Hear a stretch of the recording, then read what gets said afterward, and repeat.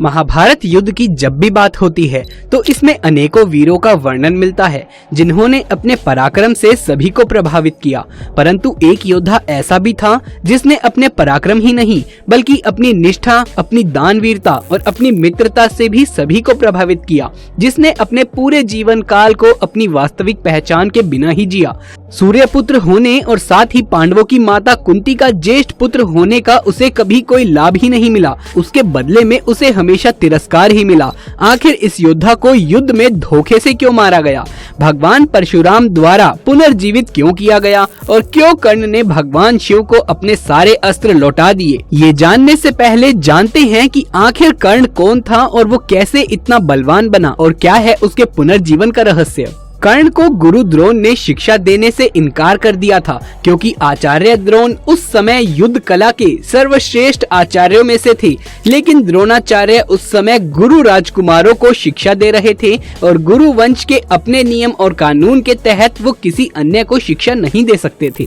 उन्होंने कर्ण को शिक्षा देने से मना कर दिया क्योंकि कर्ण एक सारथी का पुत्र था और द्रोण केवल क्षत्रियों को ही शिक्षा दिया करते थे। परंतु कर्ण के कानों को देखकर और कर्ण के मुख के तेज को देखकर द्रोणाचार्य ने उसे एक नाम अवश्य ही सौंप दिया और वो नाम था कर्ण। तो पहला व्यक्तित्व द्रोणाचार्य ही थे जिन्होंने राधे को पहली बार कर्ण कहा था। द्रोणाचार्य की असहमति के उपरांत कर्ण ने परशुराम जी से संपर्क किया जो कि केवल ब्राह्मणों को और गैर क्षत्रियों को ही शिक्षा दिया करते थे।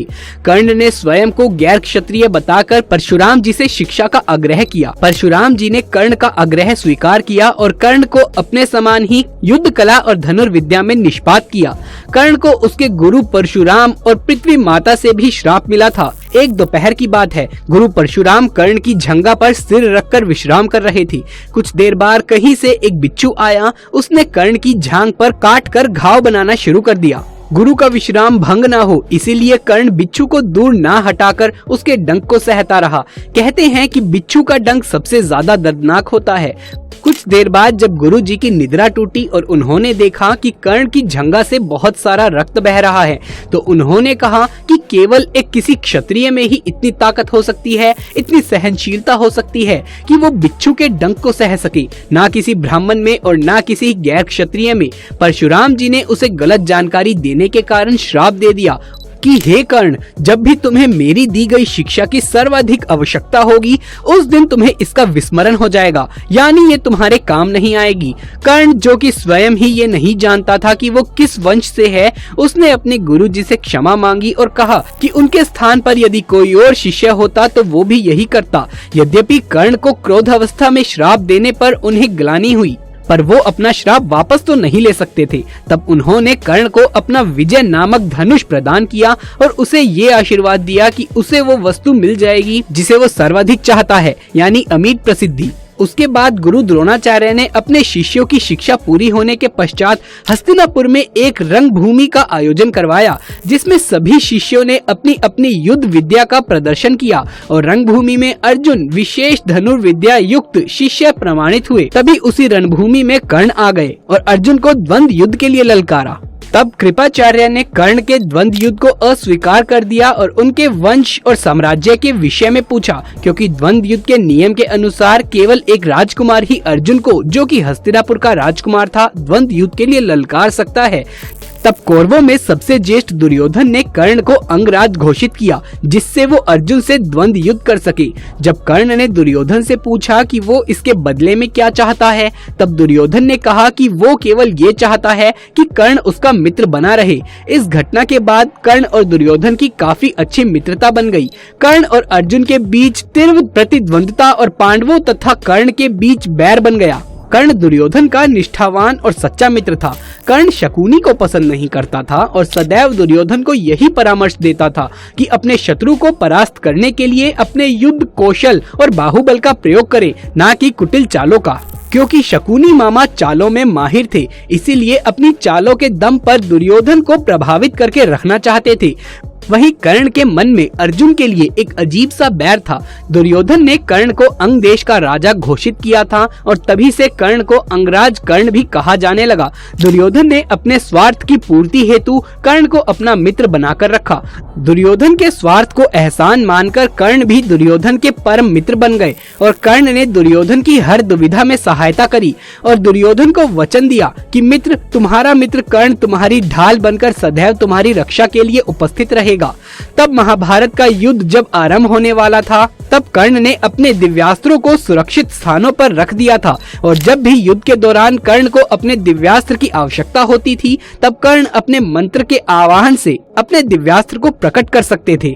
महाभारत के युद्ध में कर्ण का सबसे भीषण युद्ध हुआ था अर्जुन के साथ। जब कर्ण और अर्जुन का अंतिम युद्ध चल रहा था, तब युद्ध के दौरान कर्ण के रथ का पहिया धरती माता के श्राप की वजह से भूमि में धंस गया था और कई प्रयत्नों के बाद भी रथ का पहिया बाहर नहीं आ पा रहा था, जिसके पश्चात कर्ण ने अपने दिव्यास्त्र का आवाहन किया था, परंतु अपने गुरु द्वारा दिए गए श्राप के कारण कर्ण अपने मंत्र भी भूल गया था।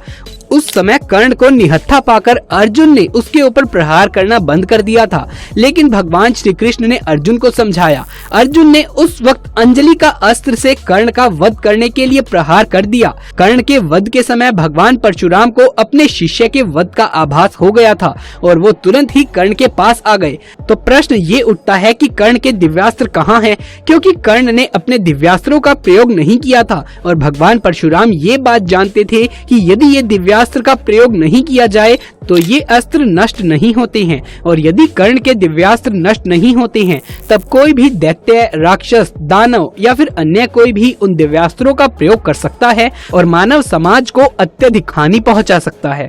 और यदि किसी गलत हाथों में दिव्य शक्ति आ जाए तो विनाश होना संभव है। इस संकट से संसार को बचाने के लिए भगवान परशुराम ने अपनी शक्ति के प्रयोग से कर्ण को 2 पहर के लिए जीवित कर दिया। जब कर्ण जीवित हो जाते हैं तब भगवान परशुराम कर्ण को पकड़कर विलाप करते हैं और कर्ण से कहते हैं कि हे पुत्र, मेरे दिए गए श्राप की वजह से तुम्हारी विद्या चली गई थी। कर्ण भगवान परशुराम को प्रणाम करके कहते हैं कि नहीं गुरुदेव, इसमें भी आपका आशीर्वाद था। इसके पश्चात कर्ण भगवान परशुराम से उन्हें पुनः जीवित करने का कारण पूछते हैं। तो भगवान परशुराम जी कहते हैं कि हे कर्ण, तुम्हारे दिव्यास्त्र अभी नष्ट नहीं हुए हैं और यदि ये किसी गलत हाथों में आ गए तो संसार संकट में आ जाएगा। ये बात सुनकर कर्ण काफी चिंतित हो जाते हैं और पूछते हैं कि हे भगवान परशुराम, अब इसका उपाय भी बताइए।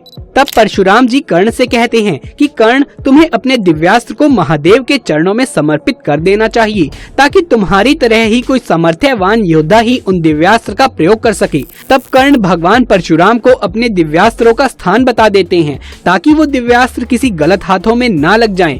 कर्ण का समय पूर्ण होने पर वो स्वर्ग की ओर प्रस्थान करते हैं। दोस्तों, आपको बता दें कि महाभारत का युद्ध आरंभ होने से पहले ही ये निश्चित कर दिया गया था कि युद्ध में मारे गए सभी योद्धाओं को स्वर्ग की प्राप्ति होगी। इसीलिए युद्ध में दोनों पक्षों से लड़े गए योद्धा जब वीर गति को प्राप्त हुए तो उन्हें स्वर्ग की प्राप्ति हुई थी। इसीलिए कर्ण को भी स्वर्ग की ही प्राप्ति हुई थी।